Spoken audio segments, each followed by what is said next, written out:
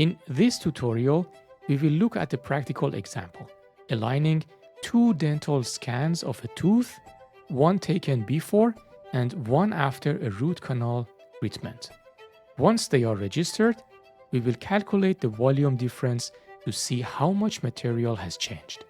Let's get started and see how image registration works in 3D Slicer.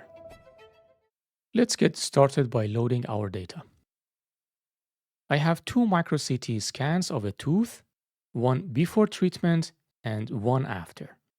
Both datasets are in NRRD format, so to bring them into 3D Slicer, I will use the Add Data option.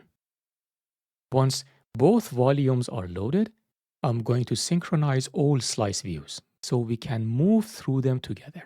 To do that, I'll hover the mouse on the pin icon located at the top left corner of each 2D view and click the button with two rings on it. Next, I will switch to the View Controllers module from the module list. Then, I will set the background volume to the tooth before treatment and the foreground to the after treatment scan. Whenever you are working with two datasets and you want to compare them by overlaying one on top of the other, this is the method. Set one dataset as the background and the other as the foreground.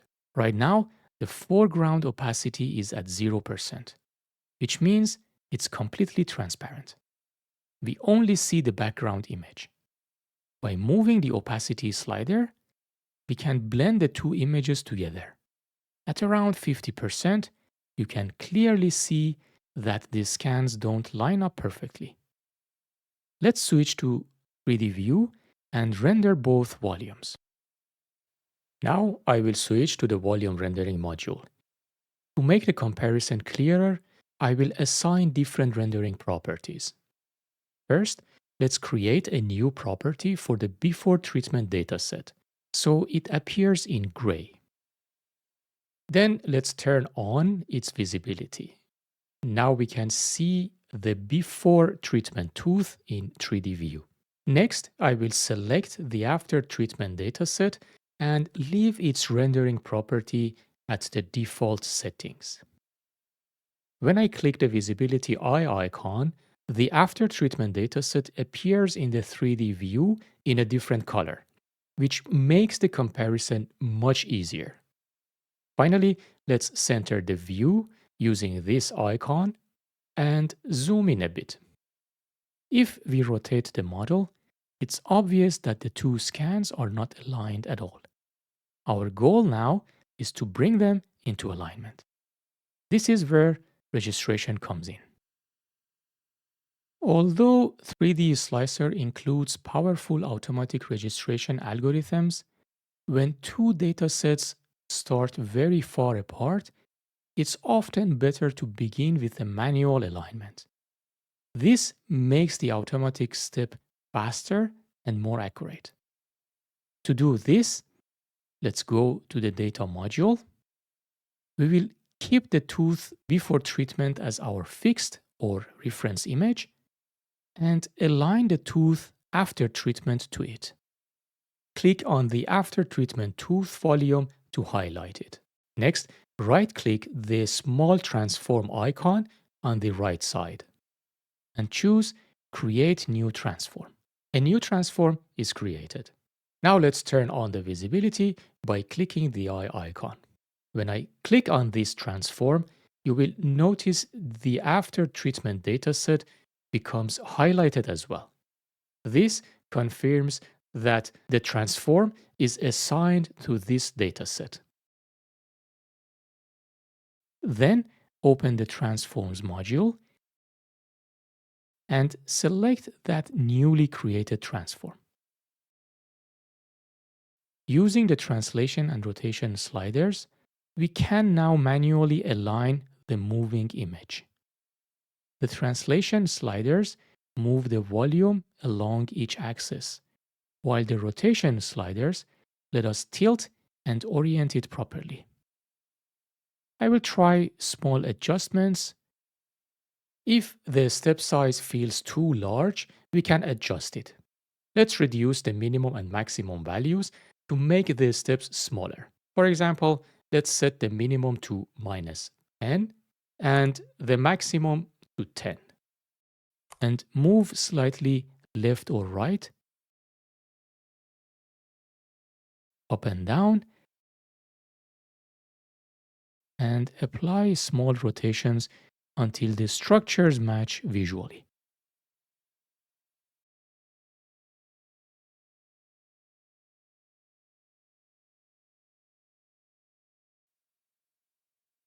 We don't need a perfect alignment here.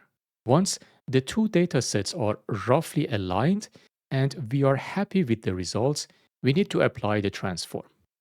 To do that, let's scroll down and check the transformed box. Here you can see the after treatment dataset listed. This is actually the one that we have been adjusting. I'll click on it so it becomes highlighted. And then click the harden transform icon to apply the transform. Once the transform is applied, the dataset automatically moves back into the transformable section.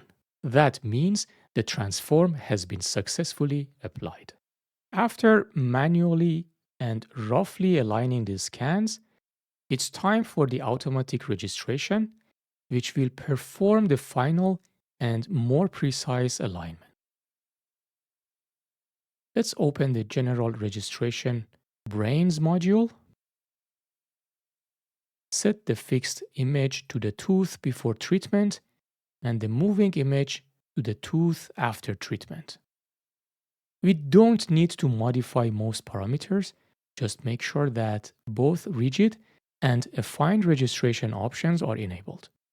The rigid step handles translation and rotation, while the affine step adds scaling and slight shearing adjustments to fine-tune the alignment, without introducing unwanted distortions.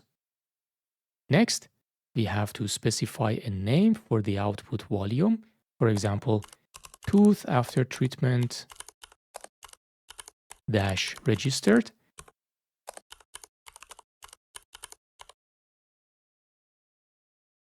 and then click apply. Depending on your computer's performance and the dataset size, the registration process may take anywhere from a few seconds to a few minutes.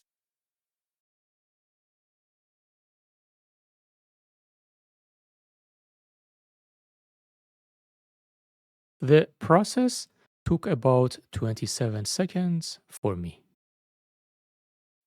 Once it is completed, overlay the newly registered dataset with the reference volume.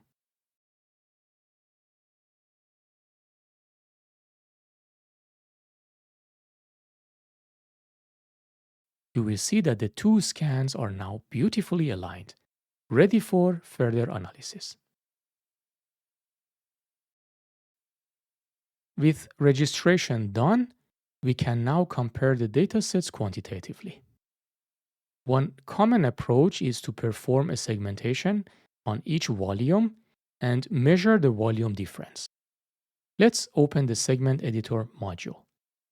Set the source volume to tooth before treatment and create a new segmentation.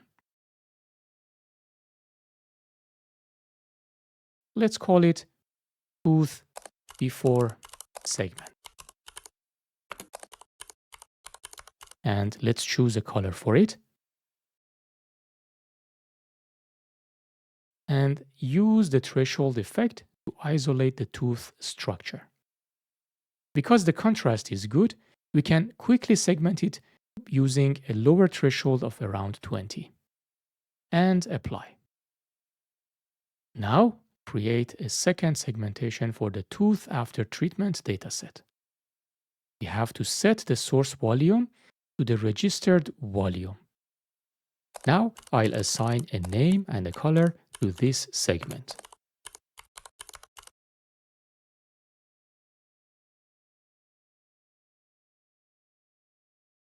And again use threshold. For this dataset, A suitable lower threshold appears to be around 40. Once that's set, click Apply. Now we have two segmentations, one before and one after treatment. Let's create a third segment to highlight the difference between them. We call it difference and choose a bright color, like red. In the logical operators effect, we have to copy the tooth before segment into this new segment. We have to make sure to enable modify other segments, allow overlap. Otherwise, a voxel can only belong to one segment and segmentations may interfere with each other. Click Apply. Now, the difference segment is identical to the before treatment tooth segment. To isolate only the changes, I'll subtract the registered after treatment segment from the difference segment and apply. After the subtraction, only the differences between the two scans or the two segments remain in this segment. If I hide the other two segments and keep only the difference segment visible, the areas where the scans differ become clearly visible. Let's take a look at it in 3D by clicking Show 3D. Now we can clearly see the regions where the two scans differ. To clean up the dataset and keep only the main structure, I'll select the Islands tool, choose Keep Largest Island, and then click Apply. Now we have a clean result. To smooth the surface and remove small irregularities, I'll apply a bit of smoothing. Let's change the smoothing method to opening and set the kernel size to 0.05 millimeters, which corresponds to a 3 by 3 by 3 pixel cube based on our scan resolution. And finally, click Apply. Now let's switch to the 3D view to visualize the result. This red region represents the actual difference between the two scans.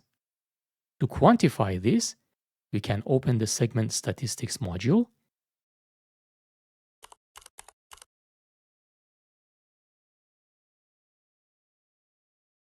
and click Apply. Here you will get the volume of the changed region, a direct measure of how much material has been added or removed during treatment. If you would like to export this difference for 3D printing or further analysis, we can export the difference segment as a model. You can then save it as an STL file or any other surface format compatible with your 3D printer. And that's it. I hope you enjoyed this tutorial and learned something new about image registration in 3D Slicer.